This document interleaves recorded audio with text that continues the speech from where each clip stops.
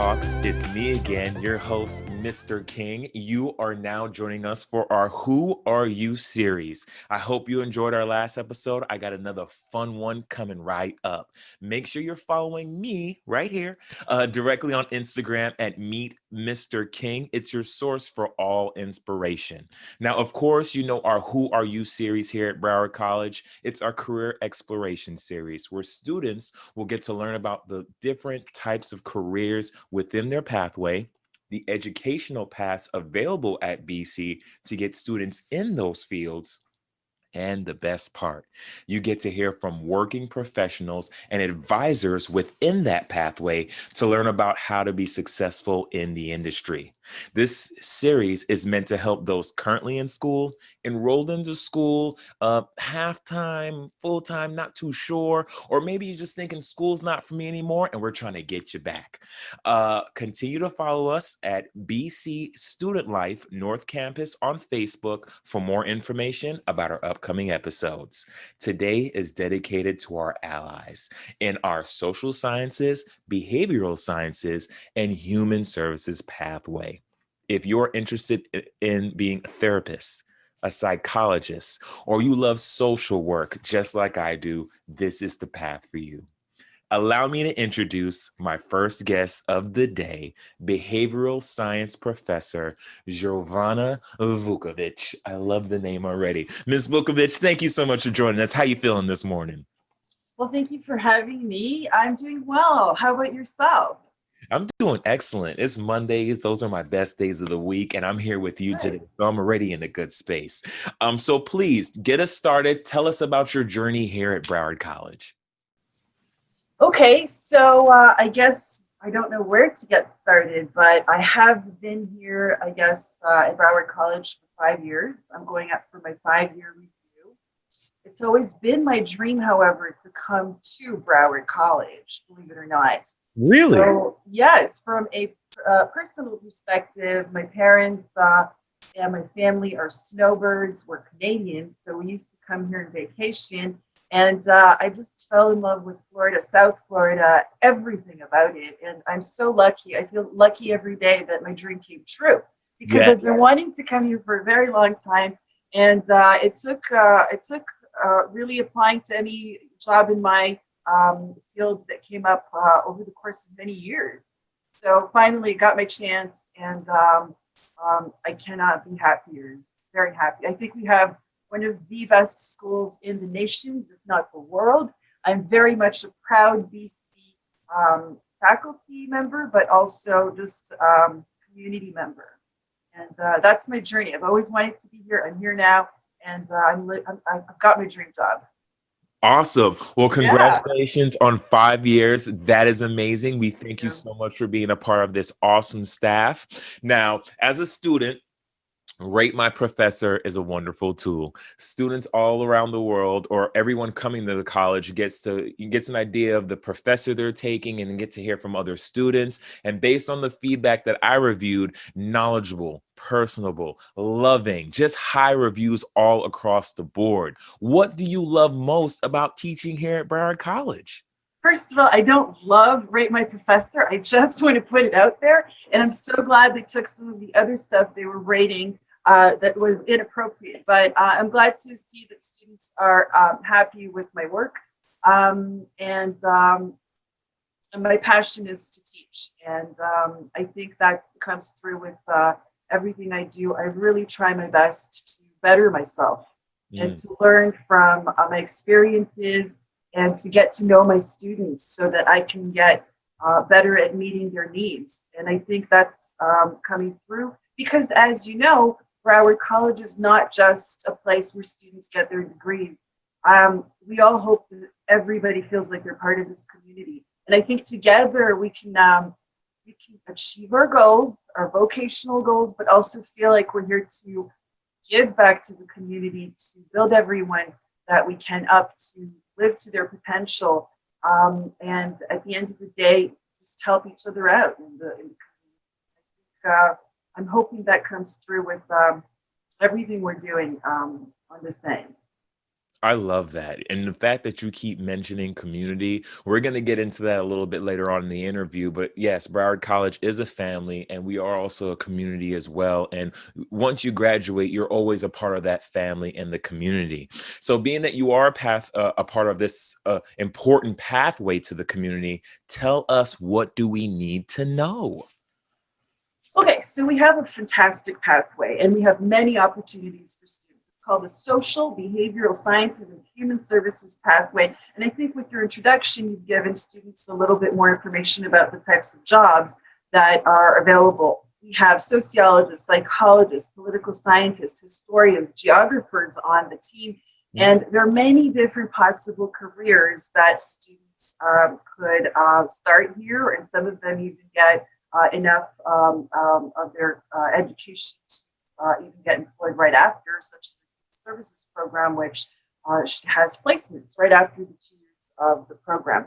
I think the common denominator for all of these careers is helping people, right? And I know it sounds very cliche, but you get into this field to try to understand why people do what they do.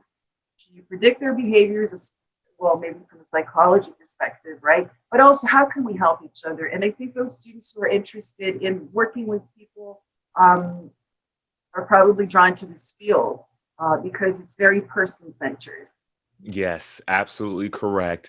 And you did mention a little bit about human services and that program and you getting placement right after. I was always interested in this pathway in regards to certifications. Yes, you can transition to go finish your 4-year degree and then you can earn your two-year AA here or AS here at Broward College. But are there some certifications that you can earn to get you into the working field immediately? Or is there things that you're going to pick up along the way to get you prepared for that 4-year degree? Right, so most of our programs are going to prepare students for those gen ed classes, although we have a lot of electives as well. And most of our students who are going to go on into this field will be transferring to universities. We have great courses that are recognized statewide as well as internationally. So we have students who are local mostly, but then we have students across the state, and then of course international students. So most students will be transferring. So if you get your 2 years, your associate's degree here, then you transfer into a 4-year program into a larger university setting, I think. It doesn't mean that there's more people, it just means that it's a 4-year degree in the social and behavioral sciences. So if you're studying psychology or sociology or history or geography, you would have to do that as well as political sciences. However, the newer program that we've introduced does have, if you want to call it a terminal type degree, in that after your 2 years, students are very much employable and will have placements. So it's a relatively new degree, but there's a lot of interest, and it will be one of those careers where you're placed in a setting to be working in social services. So it could be for a nonprofit organization, such as, I don't know, helping the homeless, or it could be something to do with helping children. It could be in government jobs that are social services sector. So there's many different options just for that program. No, The best person to talk to would be Dr. Gallagher. Dr. Gallagher, yes, we're going to make sure we get the names and places we need before we get out of here together. I promise you that. But that's great. I love the fact, and in each pathway that I've discussed with different guests, is that we've adapted to where we are in society now. And now we've started creating new programs and these newer degrees and just making sure we're keeping the content fresh and not outdated. And that's why I appreciate the fact that you've been here with us for 5 years, that you've brought a wealth of knowledge from where you're from, and then you come here and you start teaching and you give a little background to how that helps everyone. And one of the biggest ways that I know our students need help nowadays, and they're all concerned, is about the money. So, and especially within a pathway in the schooling you may need to take for you to earn the degree, excuse me. What are some of the ways that you discuss finding that money with your students, and how can those who are watching, who are thinking about school and says, I can't afford it, what kind of advice can we give them to go, you know what, check this out and see if this will help? Right. I think this is a very important question for students because I myself know PhDs who have the terminal degree but no job, right? And tons of debts. So I think one of the issues that a lot of people have in general is that if we're going to be preparing students, there've got to be jobs at the end of this long journey. And as you know, it's coming to class and getting a degree is not just coming to class, it's everything else. It's balancing everything, including the finances. Hmm. Studying. So Broward College is really good in that there are many options for students to have help from Student Life, and they would have to contact Student Life and ask directly what options, like there you go, are available. So many students do get scholarships and help with paying their tuition. I do have to say that we are one of the most affordable colleges in the nation, and I think the administration does a very good job trying to keep that happening for students. On my end, knowing that if you're going to be a psychologist, you're going to have to get your 4-year degree, then your master's, then your PhD. That is a lot of studying, and often that's a lot of money for your education. So what I personally do, and a lot of my colleagues, is to have a bit of career advice, both in class, but especially one-on-one with those students who are interested in doing the field. So there are ways to get, believe it or not, your whole PhD funded, your master's program funded, and students don't know that these options are available, but they have to start early in terms of looking for those grants and looking at, what are the eligibility criteria. How do I apply? What kind of credentials do I need? So those are out there. We make sure that we tell students right away, if you're here for an AA, but your career has already started, you need to start looking at these options and budgeting for the future. The other thing, the other advice I would give students is take a look at all your options when you're transferring. So yes, your 4-year degree, but you'll have to move on to a master's. Visit the school, go talk to the students, ask how the students, what is the student experience, because trust me, we do a good job with the student experience because we get really rave reviews from students, but not all schools do, right? Right. If it's a really large research university, often that personal connection between the professor and the student is really compromised. So anyway, that's the advice to give students. And then think about, are you going to be living on campus? Will you need a part-time job? Are you going to be moving far from home? What are the finances associated with that? And can you start budgeting or saving up for some money right away? Is that possible at this point? So being realistic about how much it's going to cost is very important. But it's not just that. It's also knowing, are you going to be employable at the end of the road, right? Are you going to be that PhD who gets your dream teaching job, right, at your higher ed institution? Or are you going to be a researcher? Are you going to be a clinician, a therapist? Or are you going to be somebody who's so stuck with not knowing what to do and having to really come to terms with the fact that the job market for academics is very, very competitive and very scarce at the moment? So what we tell our students is, let's take a look at some of the employability statistics for people who finish a research PhD versus maybe, clinical PhD. And I tell my students, you might be better off if you're going to be doing some kind of PhD in psychology, or that's what you're going to do, that's your dream.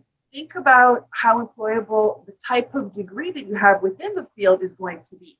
We know that clinical psychology, licensed psychology PhDs, they tend to be more employable both in institutional settings, school settings, private practice settings. So that's something that students have to consider, right? I myself am an experimental psychologist, okay? So I did my undergraduate at the University of Toronto, and very funny story. I guess this is a place to talk. Thank you. Well, I'm from Toronto, so that's my hometown. But and just like many students here, that was my local university. And my mother's a psychotherapist, college professor, and of course, having to rebel as a young person against what my mother's doing, I thought, oh no, I'm not going into that. There's no way, right? I'm not Right. doing that. So I ended up studying biology and psychology. Later on, I found a program that I absolutely loved in Scotland graduate school. And I went to Scotland for my PhD. Wow. And I was supposed to stay for 1 year for a master's, and I loved it so much. It was the right place for me. It was the right setting. The people, what I was learning, I was so passionate about that I knew I had to stay, right? I knew I had to stay there. So that's what happened with me. And then later I did my postdoc. You get your PhD, but your first job is like your postdoc, where you get to learn more skills. Anyway, my point is that, you see, I'm an experimental psychologist, so I can go ahead and I could have gotten that degree elsewhere other than in the United States, right? Right. But if you want to be a clinical psychologist, you have to stay here. You have to make sure that you will have a license where you'll be able to practice in your state or reciprocal states, whatever reciprocity is for that particular program. So these are the things that students need to know, and they need to start planning for these things right away. But having said that, all graduate studies are going to involve some kind of research. And my passion is research. And so since I've been here, I've opened up 2 labs, one on South Campus, one on North Campus, for research and research opportunities for students. And very briefly, I'll take on a couple of students and work on this mentor type model of tutorship, I guess. I love that. I really do. That is amazing. And we've had students who have publications from Broward College. So and we're working on more. And I am still working on a study with students, which was their initiative about how safe students feel in the classroom and whether that's associated with their GPA, right? So safety in the classroom. That was started before the pandemic. Since then, we have run some studies about the student experience during the COVID-19 transition to remote learning. And so my expertise is research, and that's my passion. And if anyone wants to join a research lab where you will get to collect data, learn about the how we do this ethically, learn about the paperwork, and also potentially be part of a write-up or publication, then this is what we have in our program, social behavioral life. You know what? You just brought up a really great point. But before I even get into it, I just want to recap what you said about finances. It's best to be prepared and think ahead. Think ahead in the future. And again, you touched on research, and then that opened up the broad scope of the clubs and the activities and things that you're doing. And I was just speaking to someone not recently, and data has become the new currency. So if you already have a club that is helping you analyze data and you're able to really figure this out and research it, that is going to be so monumental for you in the future and so big for this, especially in this country, in this economy. If you know how to read data, then you are going to be very successful. So the fact that you have a club that helps you with that and researching is amazing, Ms. Vukovic. Sorry, I want to make sure I did that right. Thank you so much, Bertrand. Let me tell you something. First of all, I appreciate that you are aware of how important these skills are for students. And I think you're right on the money when you say the data is the next big thing. It's been happening for a while, but we need to train students. So much so that, believe it or not, with all of these big tech companies, if you were to have experience running your own study, and some of these jobs don't require a 4-year degree, they might require just enough experience to have done this. imagine, getting these skills, putting this on your resume, and maybe going for an internship with these large tech companies and getting your foot in the door, right? Right. And I don't mean large, it could be anywhere, because as you know, without data right now, we don't really know much about anything. So Right. this is, yes, a social behavioral data, or it could be very much what we're studying at the moment, but these are transferable skills that will be applicable for students to use in industry as well. So, or in academia if they continue on with this. So it is the case that these are very, very important. So not just collecting data, but understanding how to set up your data, how to analyze your data, what types of data there are, then how to design a method to test out a hypothesis. You actually do this in the lab, and students gain this experience. Thank you. Yes, that's probably the highlight of the interview so far. Just knowing that we have something of that nature on our campus that is going to help just generations and generations if you really sit down and take it serious and really look into what it is that's being offered. That is amazing, and I love the fact that you shared so much about how the research happens within that mentorship program that we discussed, and within this pathway, I know there's more clubs and maybe some events that you guys have done that have really made a really good impact on the campus. Do you mind sharing some of those events or clubs that our students may not know about? Yes, of course. These are really fun events, and the one that was the most recent event put together by the Psychology Club here at North Campus was in light and honor of Breast Cancer Awareness Month, and it was titled Cannabis, Cancer, and Coping, a seminar about the uses of medical marijuana. And as you know, lots of students have a lot of questions. So on this panel would be usually an expert who tells us about the empirical evidence on medical marijuana use. And then, of course, students have a platform to ask further questions. In the past, there have been events about meditation, the benefits of meditation. A lot of students are interested in that. And I just have to highlight that these are all ideas coming from students, and they are put together by students, supervised by the professors. Yeah.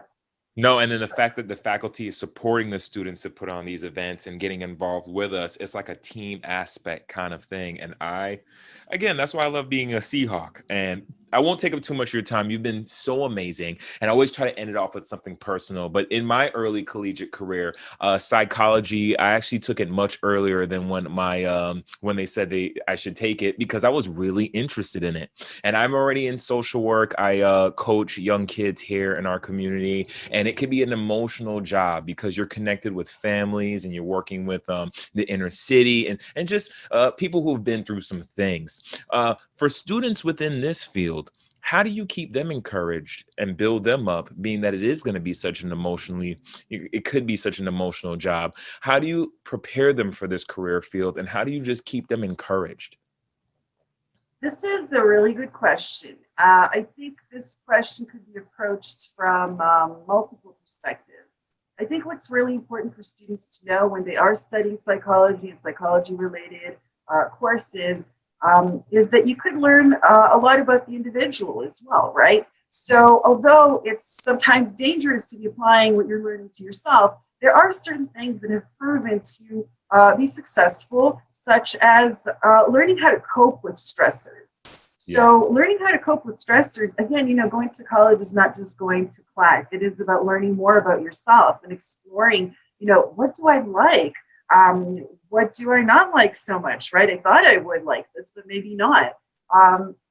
But also it is about learning, well, now that I have stayed up 3 nights in a row, I'm very stressed out and I feel like, I don't want to do this anymore. So this is the type of situation the student might find him or herself in. And then at the end of the day, how do we, when we learn about ourselves and our behaviors, how do we cope, and how do we maybe prevent some things from happening that will be stressful? So there are many, we go over this in general psychology. In fact, the assignment that I give in my class is about, okay, imagine yourself in the career towards which you're working right now, and think of all of the rewards. Why are you choosing this career? But also, think about the stressors, on a daily basis. Write out a week's worth of events from like when you wake up in the morning to when you go to bed.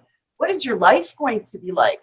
Wow. Hypothetically speaking. So you have to think about, and be very detailed. If you're going to get up in the morning, what is your routine? Do you have dependents? Do you have family members?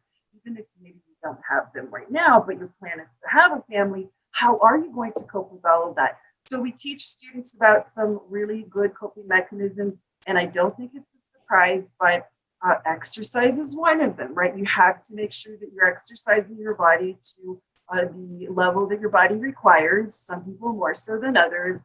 We talk about nutrition. We talk about, yes, you're stressed out, and believe it or not, people who are stressed out are more likely to go for the high sugar, high fat, high calorie food. So it's not that, stress causes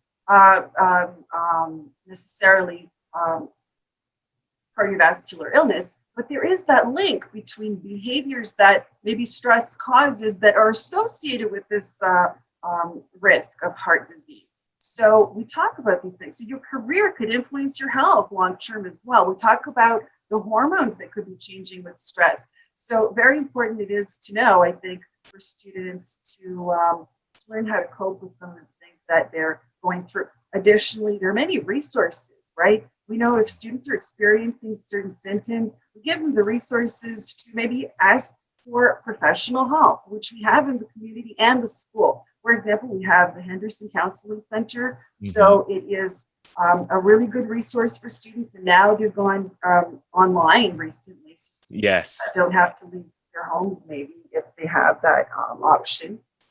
So that's one example. And just knowing how to cope. But the other part of the question was, what was the other part that you asked? It was just basically, how do you encourage them? You encourage students. Yeah. How do you encourage your students now? Oh, well, I think, with encouragement, students have to have some positive goals, and they have to know what to look forward to. And they have to also understand that your happiness is not going to suddenly change once you reach your goal. You're on this journey, right? Yes. And this is where you have to learn how to be happy or radically accept the things that are happening to you so that you can let go of some of the issues that you're feeling, right? So I think, it's not just have a goal, because once you reach a goal, then what, right? Right. It's about try to be your best self while you're getting there, because you're always going to be evolving, right? So that's also another thing to keep in mind, that yes, students should have a goal. They should have a plan, right? We talked about that, but they should also try to understand that working towards it right now, you're not working towards it, 10 years down the road. This is where you need to work on trying to cope with whatever. And that builds those coping mechanisms that come along with life. So yeah, I think that's the motivation, understanding that finances, you're going to be across the lifespan, you will likely make $1 million more than a person without a degree, which is not all about money, but it is about those self-care things. People talk about this all the time. But, if you're stressed out, maybe taking a vacation, maybe going away, just to kind of spice things up a little bit, maybe being able to afford, something that you really like, right? That changes, I guess, your quality of life. It's not the money makes you happy, but poverty makes you very unhappy. Or should we say, if you're struggling? Yeah, that's what it really means. Yeah. Right. It's just more about the struggle and trying to survive through it. Every time I do one of these, I just think, oh, okay, that was the best one, but blown out the water. I mean, some of these responses, I'm sitting here taking notes like, I need to check in on that when we finish here and this. But you've been great, Ms. Vukovic, and I appreciate your transparency. I appreciate the knowledge, just like my professor would say. You've just been so kind and so open with us, and we truly appreciate that. Before I get you out of here, is there any information that you want to share aside from what we've already discussed? And if you'd like to share some contact information, if anybody has any additional questions, and you did give us some who to see and where to see throughout the interview. So if you want to just wrap that up, please, this is your time to do so. Okay, I just wanted to mention that there are other clubs in our pathway. And Dr. Stacy Salerno will be talking about those in another session that you will be doing. So I left that to her. We also have a comfort closet where students can come in and take some of the hygiene products that they need. And it's a no ask policy. We also had a food drive recently to help students who are struggling with, or community members who are struggling with COVID-19 related losses of income and issues with actually providing food for the family. So these are some of the other things we're doing. If you need to contact me or want to talk about research, because that's what I do here, you can contact me on my email. So that would be jvukovic at Hotmail. At Broward.edu. And yeah, I just want to say, usually when you ask a professor something, they can go on and on and on. And I think you realize now that that's what's happening here. So I apologize if I just, went on a tangent, but I just want to let students know that there's many options for you here at the Social Behavioral Science Pathway, and that there are many really great options for careers as well. So excellent. Try it out, explore it. Excellent. And yeah, like a professor, I'm learning as well. We learn every day. The minute you stop learning, you stop growing. So I want to thank you for just attributing to my growth today and the growth to our audience. I hope you guys really enjoyed this segment. You've been amazing, Ms. Vukovic. I look forward to seeing you on campus as well. I am your host, Mr. King. We have another great guest coming up, just like Ms. Vukovic said. So sit tight. We got one more coming up. Thank you so much for joining us for our Who Are You series. Welcome back, Seahawks. It is your host, Mr. King, and I want to once again thank Professor Giovanna Vukovic, I love her name, for joining us this afternoon. We are here representing our allies, and our next ally representing the behavioral science pathway is behavioral professor, gotta say that a million times, or should I say Dr. Stacy Salerno. Dr. Salerno, thank you so much for joining us. How are you today? Thank you for having me. I'm doing well. It's a pleasure to be here. Excellent. Excellent. It's a pleasure to have you. So Dr. Salerno, please tell us a little bit about your journey here at Broward College. Well, I've been here a year, and I teach sociology. So I'm an assistant professor of sociology in the Social Behavioral Sciences and Human Services Pathway. Awesome. And so far it has been amazing. It's kind of great to be back because I did graduate from Broward College many years ago. I won't say when, but it was my first step in my academic journey, which I am very, very appreciative of. So I'm glad to be back and to be helping sort of the next generation of students to succeed. Love it. Broward College alumni as well. I have plenty of questions to jump in for that one. So awesome. I'm so happy to have you. And being that you are a professor of sociology, let's get into it. Can you, from your perspective, can you just share some of the benefits that come along with pursuing this pathway and you being a teacher of sociology? Yes, absolutely. So sociology, for some folks, often kind of mix it up with psychology, and those are two different social sciences. So sociology is the study of society, right? We're interested in patterns, in groups, the way that people influence society and vice versa. So we study a lot of social problems like poverty, inequality, understanding why people vote the way they vote, right? A series of different areas. So sociology is an umbrella, but there are so many different specializations and pathways that you can take. So if a student is interested in answering the question of, say, why do we have, such a high rate of childhood poverty in the US? Why do we have inequality when it comes to race, class, or gender in so many of our social institutions, right? Right. Then they're probably going to be a great candidate to study sociology. So sociologists are people who conduct research. They are professors like myself. They can go into government organizations like the Census Bureau to, look at patterns and statistics. And really, I mean, with a background in sociology, it's a very solid foundation for any, trajectory. So even if you're interested in studying law, or if you're interested in studying, of going on to be an educator, sociology provides a really solid foundation because it explains, or it gives people the opportunity to really understand how our society is structured. Listen, I just learned something new today, and that is amazing. And I didn't realize that sociology had so much to do with data. And we spoke about that a little earlier in our interview, how data is the new currency. Yes. And the clubs and the research that's coming, that is being started on campus. Can you tell us, aside from, census and working in the government, just how deep we go with analyzing data, and then how that can help us in our future professions later on down the line?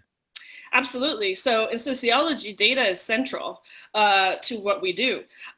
So a lot of sociologists will work in, say, think tanks, or they provide consultation for legislators. So if there's a problem in a particular community, so let's say if we're talking about Coconut Creek, right, or Pompano Beach, sort of our surrounding area for Broward College, and that particular social problem requires a solution, sociologists will collect the data, analyze the data, and then provide potential solutions to legislators so that they can then pass that legislation that would help provide solutions to those problems. So it's not simply just a field in academia. We do have a lot of sociologists that are engaging in public sociology and that are making things happen. It just seems as even as an entrepreneur, it would be great to have a sociology background, because when you are running a business, you have to see how you're progressing and what you're doing. And it's going to be great to be able to analyze that data and understand how your business is moving.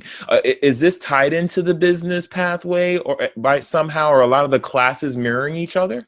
Not necessarily, or not at this level. Okay. Right. So if we're talking about, an associate's degree or a bachelor's degree, it's more about learning the foundations. And we do. So not at Broward College, but if you moved beyond, once you move beyond Broward College, you complete your studies here, and you're interested in studying sociology, eventually you would take a statistics class to learn social statistics. Right. Because it does. And so there are folks who study sociology who are, achieve those, or learn those skills, and then go on into the private sector. I have colleagues that graduated from my PhD program and work running statistics at hospitals, in marketing departments, social media analysts, because as sociologists, we understand patterns of behavior. Yes. Right, not in the same way that psychologists do, but we understand patterns of behavior among groups. Okay. Right? And so we, a lot of sociologists do go into that type of analytical positions as well.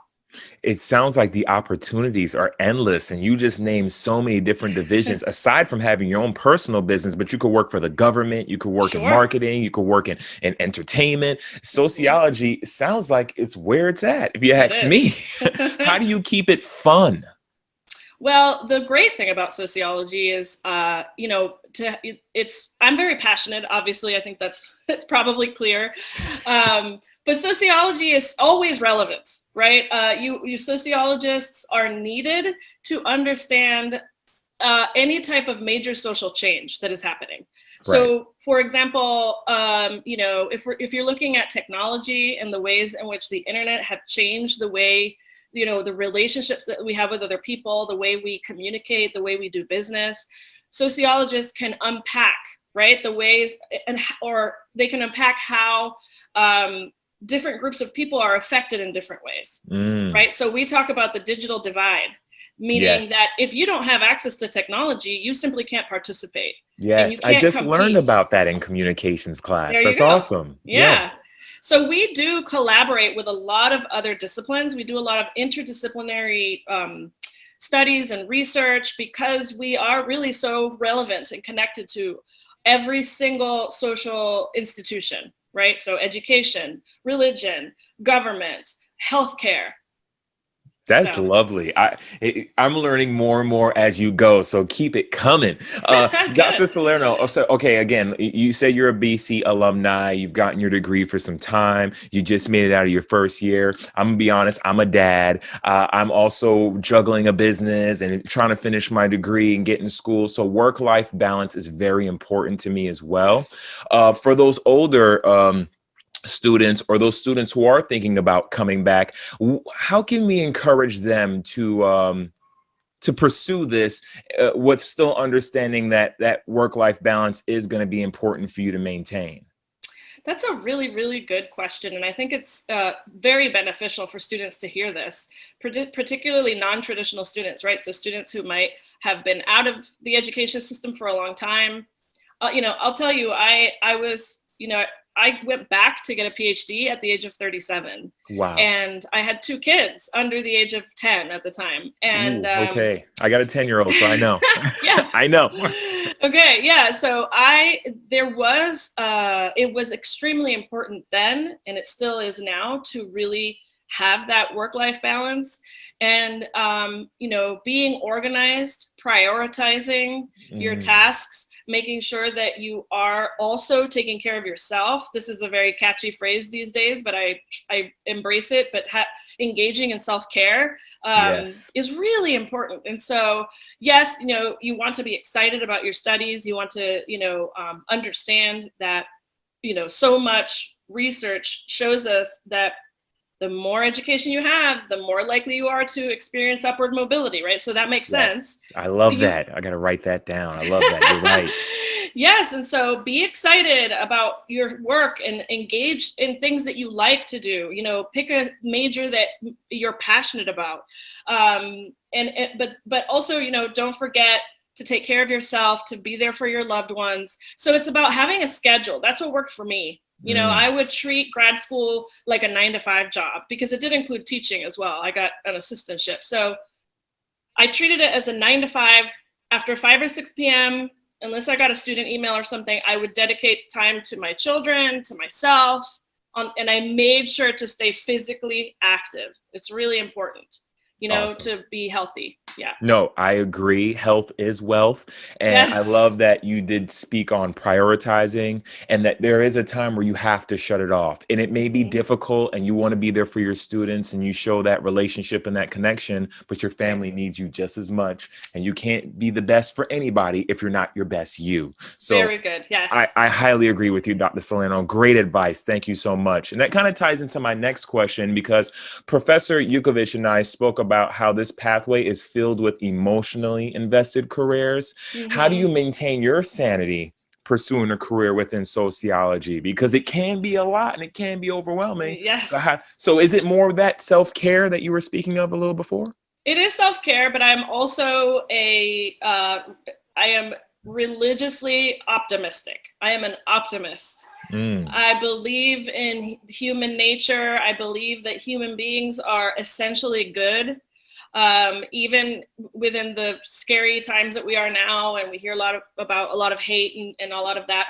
But I really think that those folks are being overrepresented. I think most human beings are good people. Yes. And when I'm studying, if you're studying sociology and you're doing the research and you're reading the research, it can be very, heavy, right? Yes. So that's a good word because I was looking for it too for you. I was like, it's a lot. It's a lot. It's a lot. And sometimes my students will say, oh my God. And I always try to leave on a positive note. So even though let's say we were talking about, police brutality or, structural racism in law enforcement, whatever. And at the end of the class, students are like, And then, Right. but then I'm like, hey, but we have Black Lives Matter. We have all these wonderful people advocating for this to change the system. This is how change happens, Right. and to leave on a positive note. And again, it goes back to optimism. That's it. Yes. For me, that's what works, is that I am eternally optimistic. It's Amen. the only way.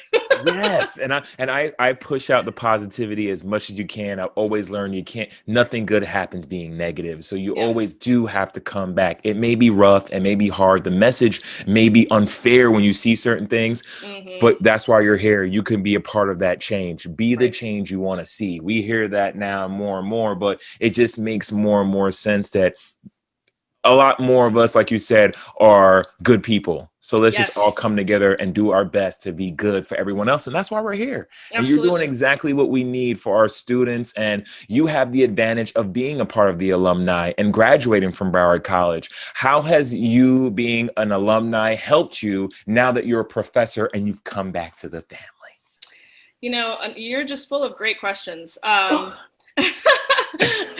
The other thing I say, one of the things that I tell my students is, having gone through the entire process all the way to the end, literally, I have learned along the way the different ways in which, given the chance, I would help my students in ways that maybe I wasn't helped, or, maybe there's a lesson that, oh, I wish I had learned this early on rather than, sort of much later in the trajectory. So, I do spend time on developing skills that may not be part of my curriculum, but I know that it will benefit students, not just in my class, but in all of their classes. And even, whether or not they're going to continue on to higher education or if they're going to go out into the workforce, I make sure to include those lessons in my classes. Yes. And also, when I was a student at Broward College, there were things that I learned that were so helpful to me. And I tell them, I learned about this here. I took, Love it. Professor so-and-so. Yeah, definitely.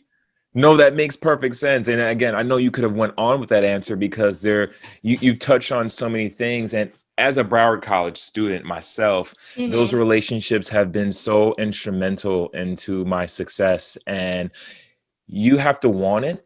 And if you want it, they'll always be there to provide it. And you speaking that into your students is going to help push them to go, you know what, I shouldn't be afraid to ask questions. I'm usually that kid when everybody's trying to rush out and get out of the class when the bell rings or when it's end. I'll stick around before the next one and go, can I just ask you a little bit about this and how it's tying into my life? And that's awesome. That advice, I'm here today because of some of the advice I've received from my speech teachers. Some of my performances are just much better. My work on camera is just so much more confident and comfortable because of the advice I've received. So being that you've been an alumni, now that you're a professor, you've done so many amazing things for our students and our staff. And we appreciate you because, again, here you are investing your time into helping those who are even thinking about school. So for everyone that's watching, this is your moment. If there is any advice that you want to provide to either the students who are here now, the students who are thinking about coming, or just like you said, that parent who's been away from school for a long time, I'm being one of them, but came back and has seen the amazing benefits of just coming back and being a part of this family. Right. What form of advice would you like to leave today, Dr. Salerno? I'll try. I mean, listen, I think if you have the motivation, if you are passionate about your future, if you want to be a better person, I mean, knowledge is power. If you're unsure of whether or not you're choosing the right path, or is this the right major, or are these the right classes, I say relax. Take one class, take your schedule, enjoy it. Even if you're not sure if this is the right major, or if you're not sure where you're going to go or what you're going to be when you grow up, and you could be 40 and not know where you're going to be, what you're going to be when you grow up. Just take it one day at a time. Enjoy it. Because for me, I mean, knowledge is so essential. I sound like I'm running for some sort of political office. I really. It's okay. It's a sociology in you. I got you. I got it. I mean, I really, really believe that the more we learn, that the more enriched we are, the more we understand the ways of our world, the way that society functions, and not only that, but it makes for a stronger democracy. Right? If you have an educated populace, then you have people who can compete technologically, educationally, politically, and so I say this especially to moms. I mean, not that dads aren't struggling, but to moms out there, single moms who don't have the support, find it wherever you can. Take one class at a time. It doesn't matter, but just do something for yourself. Get an education. It really is such a great feeling. And I can't recommend it anymore. Reach out for help. Broward College has so much help. That's one of the things that I love about working here, is that not only am I here to help my students and help them navigate, but also we have so many different services and organizations, so that if you are struggling, can I bring my kid to class? Absolutely. Bring your kid to class. You don't have a babysitter? It's fine. I completely understand, right? A lot of professors are very supportive in that way, because we need that. Very true. And that was an incredible answer. You touched on so many things in just that one answer, but I've experienced that. I've been in classes where a mom has a baby in there and I'm going, you know what? I've never seen this, but it just made me know that I'm in the right place even more because we're around people who care. Absolutely. You are right. Knowledge is power. Take that first step, take the leap, take the first step, even if it is one class. At least you're starting and you're getting into the groove of things and you're starting. I love that you said, have fun and be optimistic. And that was the biggest gem that we've taken from this conversation, is it's never too late. If you're motivated, you're optimistic, and just be teachable, and that's a big one too. That's a big one for a lot of us, especially us older folks who have been through the life, and you have we're sitting here saying 9 and 10-year-olds, but just be teachable. You are going to learn. If you learn, I learn something new every day. And if you take that mindset that you can learn something new today, then you're going to grow and you're going to do what you're supposed to do. Dr. Salerno, we could be here all day. You've been amazing. And now I see why you're teaching sociology. You have answered every question. I couldn't have asked for a better answer. So I want to thank you again for your time. I want to thank you for what you do here at Broward College. I want to thank you for loving on our students. And I just want to thank you for showing up and being the best you. We couldn't have asked for anything more. Oh, thank you. It's my pleasure. And I want to plug the Sociology Club. Please. North Campus Sociology Club. If you're interested, please email me. My email is S as in Stacy, and then Salerno@broward.edu. And I'll let you know when we meet, what our schedule looks like. And it's a great club. We do a lot of amazing things, and the students are fantastic. So if you're interested in belonging to a club and you're interested in sociology, we're the one. Awesome. One quick question though. Yes. If you're not in this pathway, can you still join the club? Of course. Absolutely. Anybody. I will be seeing you guys soon. I'm not sure how I'm adding more on my plate, but I need to learn how to analyze this data. And we spoke about it with Mrs. Vukovic. We want to know. So yes, thank you so much for this. You have no idea how much I appreciate it. My spirit appreciates it, and I appreciate you. Thank you so much for tuning in. This has been another episode of our Who Are You series. I am your host, Mr. King. I want to thank both of my lovely guests for making this such an incredible episode. Thank you for tuning in, and I look forward to seeing you at the next episode.